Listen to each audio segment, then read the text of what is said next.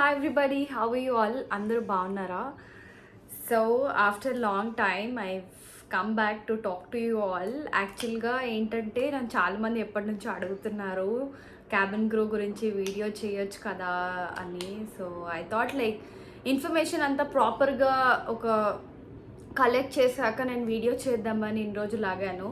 So yeah, నేను late చేయను. And also at the same time I don't want to lag this video, but information అనేది అప్రాప్రియేట్గా నేను నా personal experience use చేసి మరీ చెప్తాను. Yeah, let's get started. So yeah, firstly వచ్చేసి ప్రొఫెషన్ని air hostess అనేది అంతకుముందు, బట్ ఇప్పుడు ఏంటంటే it's called cabin crew. Okay, చాలామంది కేబిన్ క్రూ అంటూ ఉంటారు, బట్ అది కేబిన్ క్రూ కాదు, అది క్యాబిన్ క్రూ. అదర్వైజ్ మీరు క్యాబిన్ క్రూ, ఎయిర్ హోస్టెస్ ఏది అన్నా ఓకే. ఓకే, ఎయిర్ హోస్టెస్ అంటే క్యాబిన్ క్రూ అంటే డిఫరెంట్ ఏం కాదు, ఇట్స్ సేమ్. ఆల్సో ఇంకా ఏవియేషన్లోనైతే ఫ్లైట్ స్టివర్డెస్ అంటారు, బట్ మీరైతే cabin crew or air hostess అంటే సేమ్ ఒకటే. తెలుగులో చెప్పాలంటే క్యాబిన్ సిబ్బంది. సో ఇంకా ప్రాపర్గా క్యాబిన్ క్రూ డెఫినేషన్ అంటే ఏంటంటే, ఇప్పుడు మనం ఒక ప్యాసింజర్గా మనం బస్లో కానీ ఆటోలో కానీ ఎలా ట్రావెల్ చేస్తామో ది సేమ్ టైం ఫ్లైట్ కూడా బుక్ చేసి ట్రావెల్ చేస్తాం. సో ఆ ఫ్లైట్ బుక్ చేసినప్పుడు మీ సేఫ్టీ ఆబ్వియస్లీ అది ఇంపార్టెంట్ కదా, బికాజ్ సేఫ్టీ ఎందుకంటే ఇప్పుడు మీరు private or public A transport వెళ్ళినా కానీ మీ సేఫ్టీ మీరు చూసుకుంటారు, బట్ ఫ్లైట్ అది ఎయిర్లో వెళ్తుంది.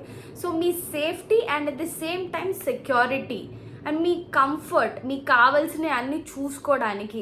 సో ఇది వచ్చేసి proper job of a cabin crew. Cabin crew అంటే ఏంటంటే first safety, security and comfort, and also at the same time మిమ్మల్ని ఎలా ప్యాసింజర్గా చూసుకోవాలో మా క్యాప్టెన్స్ అంటే పైలట్స్ని కూడా మేము చూసుకోవాలి. సో ఫస్ట్ ఏంటంటే క్యాబిన్ క్రూ జాబ్ వచ్చేసి ఇది. సో చాలామంది అనుకుంటుంటారు పైలట్స్ అని క్యాబిన్ క్రూ అంతా ఒకటే అని. కాదు, ఒకటే ఎయిర్క్రాఫ్ట్లో వర్క్ చేస్తాం, బట్ వాళ్ళు పైలట్ అంటే తెలుసు క్యాప్టెన్స్, వాళ్ళు ఎయిర్క్రాఫ్ట్ని డ్రైవ్ చేస్తారు. మేము అనేది క్యాబిన్ క్రూ ప్యాసింజర్స్ని చూసుకుంటాం. నేను ఇండస్ట్రీకి వచ్చే ముందు నాకు చాలా డౌట్స్ ఉన్నాయి, బట్ అప్పుడు ప్రాపర్గా ఇంకా నాకు ఇన్ఫర్మేషన్ అప్పుడు ఇలాంటి యూట్యూబ్లు కానీ ఇంకా లేదు. సో అప్పుడు నేను వేరే సోర్స్ కనుక్కొని నేను అంత ఇన్ఫర్మేషన్ తెలుసుకున్నాను. ఫస్ట్ క్వాలిఫికేషన్స్ ఏంటంటే మీరు 10+2 ఎనీ ఇంటర్ అయిపోయిన తర్వాత మీరు ఏవియేషన్లోకి డైరెక్ట్గా రావచ్చు. అండ్ ఆల్సో ఏజ్ క్రైటీరియా వచ్చేసి మినిమం 18 years అనేది మీరు ఉండాలి. సో ఇంటర్ అయిపోయిన తర్వాత నా పర్సనల్ సజెషన్ ఏంటంటే డిగ్రీ అయిన తర్వాత వస్తే బెటర్, బికాజ్ ఎవరికైనా కానీ minimum education qualification degree or equivalent to any BTech or whatever it is, అది ఉంటే ఏంటంటే మీకు ఒక ప్లస్ పాయింట్ ఉంటుంది ఇంటర్వ్యూలో. బికాజ్ డైరెక్ట్గా ఇంటర్ తర్వాత రాకున్న ఫ్యూచర్లో మీకు ఏ ఆపర్చునిటీస్ కావాలన్నా మళ్ళీ మీరు డీవియేట్ అయినప్పుడు మీకు డిగ్రీ అనేది ఒకటి ఉండాలి. మీకు ఫస్ట్ వచ్చేసి హైట్ అండ్ వెయిట్ క్రైటీరియా ఉంటాయి. హైట్ అంటే చాలా ఎయిర్లైన్స్ ఒక్కొక్క ఫీమేల్కి ఒక హైట్, మేల్కి ఒక హైట్ పెడతారు, బట్ మినిమం వచ్చేసి 155 centimeters, అంటే మీరు 5 feet 1 inch నుంచి minimum. Okay, and maximum I think అలా ఏమి ఉండదు, మినిమం ఇస్ 5 feet 1 inch అలా ఉంటుంది. అండ్ అబ్బాయిలకి వచ్చేసి I think minimum it's 170, but few ఎయిర్లైన్స్లో ఏంటంటే ఒక్కొక్కసారి వాళ్ళు 169 నుంచి కూడా తీసుకుంటారు. And also good communication skills. So ఇప్పుడు మన regional language I think mostly మనందరికీ తెలుగు ఫ్లూయెంట్గా ఉంటుంది. ఆల్సో ఐ థింక్ చాలా మందికి హిందీ కూడా మాట్లాడతాం, and because it's one of the language మన స్కూల్స్లో. And obviously English. సో మనకి ఫ్లూయెన్సీ అనేది ఇంగ్లీష్ అనేది నోబడీ ఈజ్ పర్ఫెక్ట్. ఫ్లూయెన్సీ ఇంగ్లీష్లో మీరు ఎంత ఫ్లూయెంట్గా మాట్లాడితే ఇంటర్వ్యూలో మీకు అంత బెనిఫిట్ ఉంటుంది. చాలామంది అనుకుంటారు మిస్కన్సెప్షన్గా ఏంటంటే ఇంగ్లీష్ చాలా బాగా రావాలి, బేసిక్ ఇంగ్లీష్ వస్తే అవ్వదని. లేదు, నేను జాయిన్ అయినప్పుడు నాకు కూడా బేసిక్ ఇంగ్లీషే వచ్చు. ఫ్లూయెన్సీ ఇన్ ఇంగ్లీష్ అని ఉంటుంది ఆబ్వియస్గా, బట్ మీరు ఒక ఎక్స్పీరియన్స్తో పాటు మీరు ఫ్లూయెన్సీ మాట్లాడతారు, బట్ ఆల్రెడీ మీరు ఫ్లూయెంట్గా ఉన్నారంటే అది ఇంకా more than enough. And also ఎప్పుడైనా ఇంటర్వ్యూకి వెళ్ళినప్పుడు మన రీజనల్ లాంగ్వేజెస్, సపోజ్ మీకు సౌత్ ఇండియన్స్కి తెలుగు కానీ, తమిళ్ కానీ, కన్నడ కానీ ఇలాంటివి వస్తే అవి కూడా మెన్షన్ చేయండి. బికాజ్ మీరు ఎన్ని లాంగ్వేజెస్ మాట్లాడితే మీరు అంతమంది ప్యాసింజర్స్తో ఇంటరాక్ట్ చేస్తారు కదా. సో అది హెచ్ఆర్ ఎలా చూస్తారంటే మీకు ఒక ప్లస్ పాయింట్ లాగే చూస్తారు. Passport is very important. ఎందుకంటే పాస్‌పోర్ట్ ఉంటేనే మనకి ఎయిర్‌పోర్ట్‌లో ఎంట్రీ అయ్యే ఒక పాస్ ఉంటుంది. It's called airport entry pass. So ఆ ఎయిర్‌పోర్ట్ ఎంట్రీ పాస్ కావాలంటే మనకి ఇండియన్ నేషనల్స్‌కి పాస్‌పోర్ట్ చాలా అవసరం. సో ఒకవేళ మీకు ఇప్పుడు లేదనుకుంటే నో ప్రాబ్లమ్, మీరు ఇప్పుడు అప్లై చేసుకోండి. ట్రైనింగ్ కోర్సెస్ ఓకే, అందరూ కంపల్సరీ ట్రైనింగ్ చేసి ఏవియేషన్కి ఎవరు రాలేదు అండ్ రావాలి అని రూల్ కూడా లేదు. ట్రైనింగ్ ఇన్స్టిట్యూట్ అంటే ఏంటంటే మీకు ఏవియేషన్ గురించి కొంచెం బేసిక్స్ వాళ్ళు ముందే నేర్పుతారు. కానీ మీకు ఆల్రెడీ ఇంటర్వ్యూ క్రాక్ చేసే స్కిల్స్ ఉన్నప్పుడు మీరు అంత స్పెండ్ చేయాల్సిన అవసరం లేదని నా పర్సనల్ సజెషన్. నేను తీసుకున్నాను, but at the same time నేను ఇంటర్వ్యూకి వెళ్ళినప్పుడు నాతో పాటు ఇంకో 12 మెంబర్స్ సెలెక్ట్ అయ్యారు. అవుట్ ఆఫ్ 12 ఓన్లీ 2 మెంబర్సే ట్రైనింగ్ తీసుకున్నారు. మిగతా 10 అంతా బయట నుంచి డైరెక్ట్గా వాకిన్ అయ్యి అక్కడ ఇక్కడ చూసి వాళ్ళ టాలెంట్తో క్రాక్ అయిన వాళ్ళు.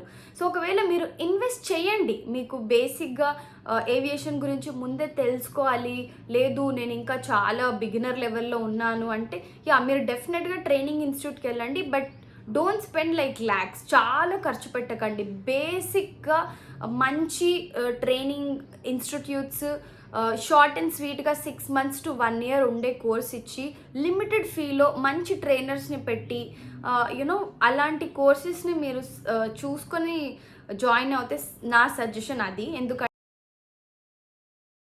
నేను వచ్చేసి ఫస్ట్ గ్రౌండ్ స్టాఫ్గా చేశాను. గ్రౌండ్ స్టాఫ్ ఏంటంటే ఇప్పుడు మనం ఎయిర్పోర్ట్కి వెళ్ళినప్పుడు మనం ఫస్ట్ వెళ్ళగానే టికెటింగ్లో బోర్డింగ్ పాస్ ఇస్తారు కదా రిజర్వేషన్లో, అండ్ ఆల్సో మనకి ఫ్లైట్ దగ్గర వర్క్ చేసేవాళ్ళు, వీళ్ళందరినీ కలిపి గ్రౌండ్ స్టాఫ్ అనే ఒక షార్ట్ టర్మ్లో అంటారు. ఓకే, సో వీళ్ళంతా గ్రౌండ్ వర్క్ చేస్తారు. సో నేను గ్రౌండ్ స్టాఫ్ అనేది ఇండిగో ఎయిర్లైన్లో చేసి దాని తర్వాత నేను cabin crew first domestic airline, అది గో ఫస్ట్లో, అది అప్పుడు గో ఎయిర్ ఇప్పుడు గో ఫస్ట్గా మారింది.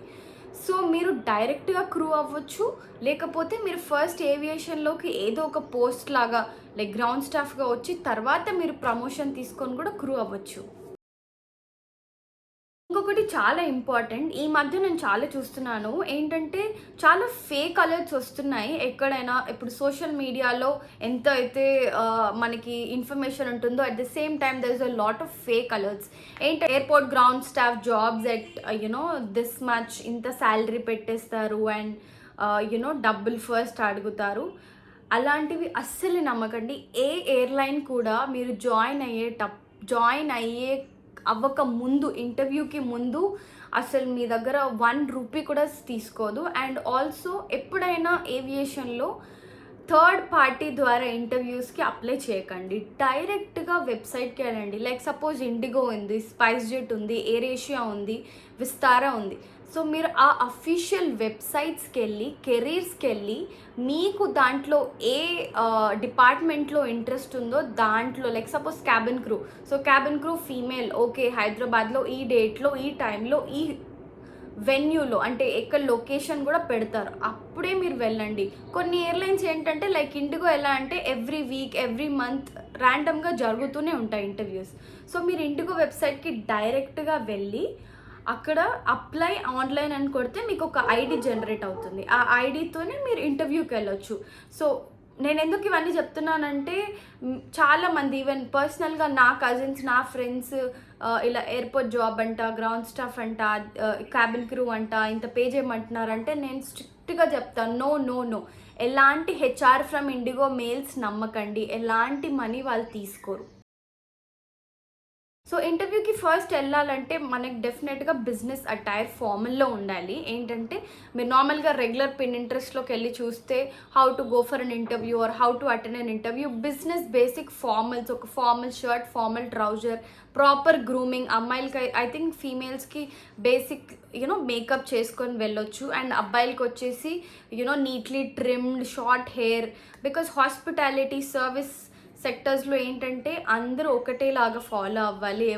మీరు ఎప్పుడైనా చూసుంటారు మూవీస్లో ఆర్ లైక్ డైరెక్ట్గా మీరు ఫ్లై చేస్తే కూడా ఎవ్రీబడి లుక్ సో ప్రజెంటబుల్, అది చాలా ఇంపార్టెంట్. సో మీరు ఇంటర్వ్యూకి వెళ్ళినప్పుడు కూడా అంతే ప్రజెంటబుల్గా ఉండాలి. ఇంటర్వ్యూ ఎలా ఉంటుందంటే ఫస్ట్ వెళ్ళగానే మీకు హైట్ అండ్ వెయిట్ చెక్ చేస్తారు, బికాజ్ మీరు మెన్షన్ చేసింది కరెక్టా కాదా అని వాళ్ళు కన్ఫర్మ్ చేసుకోవాలి. సో మీరు హీల్స్ కానీ ఇంకేం వేసుకొని మేనేజ్ చేసినా they ask you first heels shoe what ever తీసేసి వాళ్ళ హైట్ చెక్ చేసుకొని వెయిట్ చెక్ చేసి పాస్పోర్ట్, పాన్ కార్డ్, వాళ్ళకి కావాల్సిన డాక్యుమెంట్స్ ఉన్నాయా అని అడుగుతారు. ఒకవేళ మీరు అప్లై చెప్పితే నేను చెప్పాను కదా చేశానని చెప్పొచ్చు. అండ్ ఆల్సో బేసిక్ గ్రూమింగ్ చాలా చాలా ఇంపార్టెంట్, బికాజ్ ఫస్ట్ వెళ్ళగానే వాళ్ళ ఫస్ట్ ఇంప్రెషన్ వచ్చేసి మీ గ్రూమింగ్ పైన ఉంటుంది. బికాజ్ ఏవియేషన్లోకి మీరు రావాలనుకుంటున్నారంటే how you present yourself, మీరు మిమ్మల్ని ఎలా ప్రజెంట్ చేస్తున్నారు అనేది ఇట్స్ వెరీ ఇంపార్టెంట్, చాలా చాలా చాలా important. And next thing is punctuality. First interview 10 AM ఉందంటే నేనైతే 9 కల్లా అక్కడ ఉండేది. బికాస్ ఏంటంటే లాట్ ఆఫ్ క్యాండిడేట్స్ వస్తారు అండ్ మీరు కన్ఫ్యూజ్ అవ్వచ్చు, ఇంటర్వ్యూ ఉన్న టైంలో ప్యానిక్ అవుతారు. ఇవన్నీ ఓవర్కమ్ అవ్వాలంటే ఐ థింక్ పర్సనల్గా ఒక 1 hour are at least 40 minutes 30 minutes అన్నా ముందు వెళ్ళండి. 10 minutes 15 minutes ఉందన్నగా వెళ్ళి హడావిడిలో మీరు ఇంటర్వ్యూలో ఏం చెప్తారు, అక్కడ ఎన్విరాన్మెంట్ ఎలా ఉందో అదంతా ఒక ప్యానిక్ అండ్ స్ట్రెస్ క్రియేట్ అయ్యి ఆ రోజు మీరు సెలెక్ట్ అవ్వకపోయే అవకాశం కూడా ఉంది. సో నా ఫీలింగ్ ఏంటంటే like try to go before time. And ఇంటర్వ్యూస్లో వచ్చేసి బేసిక్ సెల్ఫ్ ఇంట్రొడక్షన్ అడుగుతారు. It's very easy. ఏంటంటే బేసిక్ సెల్ఫ్ ఇంట్రొడక్షన్ ఎప్పుడు మనకి ఎలా ఉండాలంటే tell me about yourself అనేది చాలా చాలా common question. And first tell me about yourself అనేది అది ఇంకా self introduction they will definitely ask. దాని తర్వాత మీరు దాంట్లో సెలెక్ట్ అయితే మీకు ఒక గ్రూప్ డిస్కషన్ ఉంటుంది. ఇది నా ఇంటర్వ్యూ ప్రాసెస్ ఇలా జరిగింది, బట్ ఒక్కొక్క ఎయిర్లైన్ ఒక్కొక్కలా చేసుకుంటుంది. ఫస్ట్ గ్రూప్ డిస్కషన్ పెట్టి తర్వాత సెల్ఫ్ అడిగి తర్వాత 1-on-1 ఆడొచ్చు, బట్ ఇవైతే ఉంటాయి. సో నాకైతే ఫస్ట్ పర్సనల్ ఇంట్రొడక్షన్ అడిగి తర్వాత గ్రూప్ డిస్కషన్ ఇస్తారు. Like they will divide you into groups. ఒకరేమో నెగిటివ్గా మాట్లాడాలి, ఒకరు పాజిటివ్గా మాట్లాడి. సో అక్కడ మీరు ఎలా మాట్లాడుతున్నారు, ఎంత జెన్యున్గా ఉంటున్నారు అనేది చూస్తారు. దాని తర్వాత 1-on-1 ఉంటుంది. లైక్ గ్రూప్ డిస్కషన్లో మీ పర్ఫార్మెన్స్ నచ్చి వాళ్ళు మిమ్మల్ని పిలిచి అడుగుతారు. లైక్ మీరు ఇంతకుముందు ఎక్కడ జాబ్ చేశారు, అది ఎందుకు వదిలేశారు, or if at all you're fresher, కంపెనీకి మీరు ఎన్ని ఇయర్స్ వర్క్ చేయాలనుకుంటున్నారు. సో బేసిక్ క్వశ్చన్స్ అనేవి 1-on-1లో అడుగుతారు. The favourite topic is cabin crew salary. Everybody obviously అందరికీ ఉంటుంది, బికాజ్ ఒక ఫీల్డ్లోకి వస్తున్నామంటే దాంట్లో ఎలిజిబిలిటీ క్రైటీరియా క్వాలిఫికేషన్ తెలుసుకున్నట్టు డెఫినెట్గా శాలరీ ప్యాకేజెస్ ఎలా ఉంటాయని తెలుసుకోవడం very very important according to me. Because at the end మనం ఎందుకు వర్క్ చేస్తున్నాం obviously. So cabin crew salary అనేది ఏంటంటే చాలామంది మిస్కన్సెప్షన్స్, చాలా రాంగ్ ఇన్ఫర్మేషన్స్ ఎక్కువ వెళ్తూ ఉంటాయి. ఐ డోంట్ నో ఎందుకు ఈ ప్రొఫెషన్లో ఉంటుంది, బికాస్ ఫస్ట్ స్టార్ట్ చేయడమే ల్యాక్స్లో స్టార్ట్ చేసి చెప్తూ ఉంటారు. డెఫినెట్గా క్యాబిన్ క్రూకి ల్యాక్స్లో రావడంలో తప్పేలేదు. సో ఏంటంటే ఇప్పుడు ఏ ఎయిర్లైన్ లైక్ సపోజ్ ఇప్పుడు డొమెస్టిక్ ఎయిర్లైన్స్లో ఉన్నాయి, మీరు జాయిన్ అవ్వగానే మీరు ఫ్రెషర్గా మీకు బేసిక్ ప్యాకేజ్ అనేది ఇంత ఉంటుంది. లైక్ అప్రాక్సిమేట్లీ లెట్స్ సే 22-23+ అలా స్టార్ట్ అవుతుంది. అవి కాకుండా ఇప్పుడు మనం ఎంత ఫ్లై చేస్తే మనకు అంత ఫ్లయింగ్ అవర్స్ ఉంటాయి. సో ఫ్లయింగ్ అవర్స్ అంటే ఏంటంటే ఇప్పుడు సపోజ్ ఈ మంత్ ఫిబ్రవరి, నాకు ఇది జనవరి నడుస్తుంది. సో నా ఫిబ్రవరి ఫ్లైట్స్ నేను ఎన్ని అవర్స్ ఫ్లై చేస్తాను. సో నేను ఎన్ని అవర్స్ ఫ్లై చేస్తాను, లైక్ ఒక ఎయిర్లైన్ ఒక 1 hourకి లెట్స్ సే ఒక 300 ఇచ్చింది, 500 ఇస్తుంది అనుకోండి. సో 500 ఇంటూ నేను ఆ మంత్ ఒక 60 hours చేస్తే సో ఇంత మీరు క్యాలిక్యులేట్ చేసుకుంటే ఇది ప్లస్ మీకు బేసిక్. సో ఇది మీ శాలరీ వస్తుంది. అండ్ అపార్ట్ ఫ్రమ్ దట్ మీకు ఎవ్రీ కంపెనీ కట్ చేసినట్టు పిఎఫ్ కానీ ట్యాక్స్ కానీ ఎస్ఎస్ కానీ అవన్నీ ఉంటాయి. So cabin crew basic salary వచ్చేసి ఇలా ఉంటుంది. ఇంటర్నేషనల్లో ఎలా ఉంటుందంటే ఇంటర్నేషనల్ ఎయిర్లైన్ కాబట్టి వాళ్ళ స్టాండర్డ్స్ కూడా ఎక్కువ ఉంటాయి కాబట్టి వాళ్ళ బేసిక్ అనేది కొంచెం ఎక్కువగా ఉంటుంది. And also flying hours suppose ఈరోజు హైదరాబాద్ టు యూఎస్లో ఏదో ఒక సిటీకి మీరు ట్రావెల్ చేస్తారనుకోండి, ఆ ఫ్లయింగ్ అవర్స్ మళ్ళీ మీకు ఎక్స్ట్రా వస్తాయి. అండ్ అక్కడ ఉండి మీరు మళ్ళీ రిటర్న్ వస్తారు కాబట్టి ఆ టోటల్ మీరు ఆ డ్యూరేషన్ ఎంత చేశారో ట్రిప్కి అది క్యాలిక్యులేట్ చేసి అండ్ మీ బేసిక్తో కలిపి చేస్తారు. సో చెప్పొచ్చు మినిమం శాలరీ వచ్చేసి ఇంత నుంచి స్టార్ట్ అయ్యి ఇంతవరకు ఎక్సీడ్ అవుతుంది. అదే ఇంటర్నేషనల్కి వచ్చేసి ఇంత నుంచి స్టార్ట్ అయ్యి ఈ అమౌంట్ వరకు మీకు this is an approximate value అంతే తప్ప ఎవరికి ఎంత పేడ్ వస్తుంది అనేది ఇట్స్ ఆల్ డిఫరెంట్. బికాజ్ కంపెనీలో సీనియర్స్కి డిఫరెంట్గా వస్తుంది, జూనియర్ క్రూకి వస్తుంది, ఫ్రెషర్ వస్తుంది, ఇన్ఎక్స్పీరియన్స్డ్ క్రూ. సో ఇవన్నీ కేటగిరీస్ ద్వారా you'll get paid differently. So నేను ఈ వీడియోలో అయితే చాలా వరకు కవర్ చేశాను. ఒకవేళ ఇన్ కేస్ ఇంకేదైనా టాపిక్ మీద ఇంకొంచెం ఎక్స్ట్రా డీటెయిల్స్ మీకు కావాలి అనుకుంటే ప్లీజ్ డూ కమెంట్. నేను డెఫినెట్గా నెక్స్ట్ వీడియోలో I try to gather everything more, ఆ టాపిక్ ఇంకా డీటెయిల్గా చెప్పి మీకు చెప్తాను. Thank you so much for watching. Bye.